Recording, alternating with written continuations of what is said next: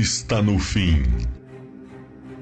Temei a Deus e dai-lhe glória, pois vinda é a hora do seu juízo. Eis que venho sem demora. Série A Crise Mundial Predita, Parte 7. Terríveis tempestades de perseguição. Ao revelar aos seus discípulos o destino de Jerusalém e as cenas do segundo advento, Jesus predisse também a experiência do seu povo, desde o tempo em que deveria ser tirado dentre eles até a sua volta, com poder e glória para o libertar. Do Monte das Oliveiras, o Salvador contemplou as tormentas prestes a desabar sobre a Igreja Apostólica e, penetrando mais profundamente no futuro, os seus olhos discerniram as terríveis e devastadoras tempestades que açoitariam os seus seguidores, nas eras vindouras de trevas e perseguições. Em breves declarações de terrível significado, predisse a porção que os dirigentes deste mundo imporiam à Igreja de Deus. Mateus 24, 9, 21 e 22. Aos seguidores de Cristo, cumpria trilhar a mesma sentença de humilhação, opróbrio e sofrimento, palmilhada pelo Mestre.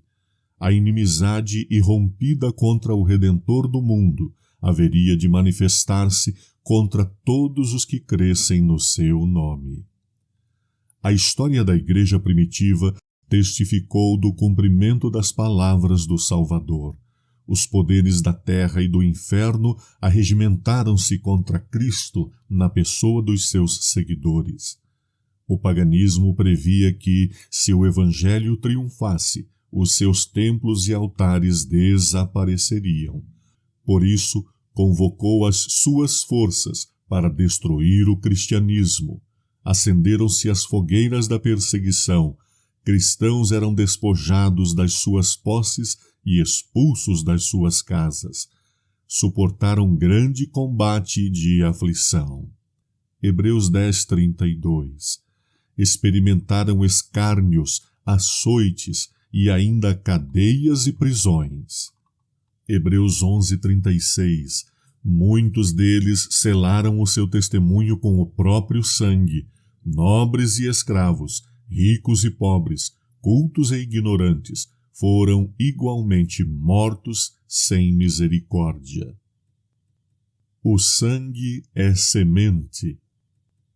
Sob a mais feroz perseguição, essas testemunhas de Jesus mantiveram a sua fé imaculada.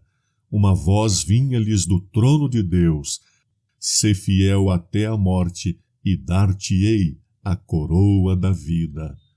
Apocalipse 22, 10. Malogrados foram os esforços de Satanás para destruir, pela violência, a Igreja de Cristo. O grande conflito em que os discípulos de Jesus perdiam a vida não cessava quando esses fiéis porta-estandartes tombavam nos seus postos. Pela derrota, venciam. Os obreiros de Deus eram mortos, mas a sua obra prosseguia firmemente. O Evangelho continuava a espalhar-se e a aumentar o seu número de adeptos. Penetrou em regiões inacessíveis, mesmo para as águias de Roma. Disse um cristão, repreendendo os governantes pagãos que impeliam a perseguição: "Podeis atormentar-nos, afligir-nos e humilhar-nos. A vossa maldade põe a nossa fraqueza à prova, mas de nada adianta a vossa crueldade." É apenas um convite mais forte para trazer outros à mesma persuasão. Quanto mais nos ceifam, mais crescemos em número. O sangue dos cristãos é semente. Milhares eram aprisionados e mortos, outros, porém, levantavam-se para preencher as suas vagas, e os que eram martirizados por sua fé tornavam-se aquisição de Cristo por ele tidos como vencedores. Haviam combatido o bom combate e receberiam a coroa da glória quando Cristo viesse. Os sofrimentos que suportavam aproximavam-nos mais uns dos outros e do seu Redentor. O seu exemplo, em vida e testemunho na morte, era um atestado constante em favor da verdade. Onde menos se esperava, os súditos de Satanás abandonavam o seu serviço, alistando-se sob a bandeira de Cristo. O engano em vez da perseguição.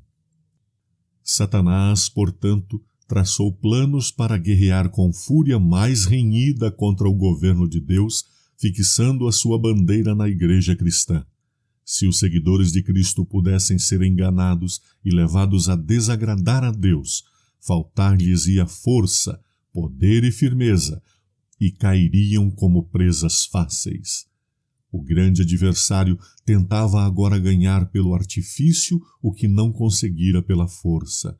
Cessou a perseguição e, em seu lugar, surgiu a perigosa sedução da prosperidade temporal e honra mundana.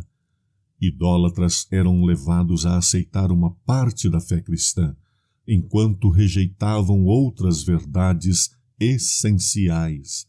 Professavam aceitar a Jesus como Filho de Deus, crer na sua morte e ressurreição, mas não possuíam convicção do pecado, não sentiam necessidade de arrependimento ou mudança de coração. Com algumas concessões da sua parte, propuseram que os cristãos também fizessem outras, para que assim todos pudessem unir-se na mesma plataforma da crença em Cristo. Terrível perigo para a igreja daquele tempo.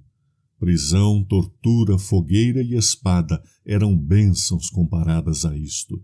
Alguns dos cristãos permaneceram firmes, declarando que não seriam transigentes. Outros eram favoráveis a ceder ou modificar alguns aspectos de sua fé, unindo-se aos que haviam aceitado parte do cristianismo, alegando que este poderia ser o meio pelo qual alcançar a sua conversão total. Este foi um tempo de profunda angústia para os fiéis seguidores de Cristo. Sob o manto de pretenso cristianismo, Satanás insinuava-se na igreja para corromper-lhe a fé e desviar-lhe a mente da palavra da verdade. A maioria dos cristãos finalmente consentiu em baixar a norma e formou-se então uma união entre o cristianismo e o paganismo. Embora os adoradores de ídolos professassem estar convertidos e unidos à igreja, apegavam-se ainda à sua idolatria, apenas substituindo os objetos de culto pelas imagens de Jesus e até mesmo de Maria e dos santos. O impuro fermento da idolatria, introduzido desta maneira na igreja, continuou a sua obra funesta. Doutrinas errôneas, ritos supersticiosos e cerimônias idólatras foram incorporadas à sua fé e culto. Unindo-se aos idólatras, os seguidores de Cristo, a religião cristã corrompeu-se e a igreja perdeu o seu poder e pureza. Alguns, no entanto, não foram transviados por esses enganos, mantiveram a sua fidelidade ao Autor da verdade, adorando somente a Deus.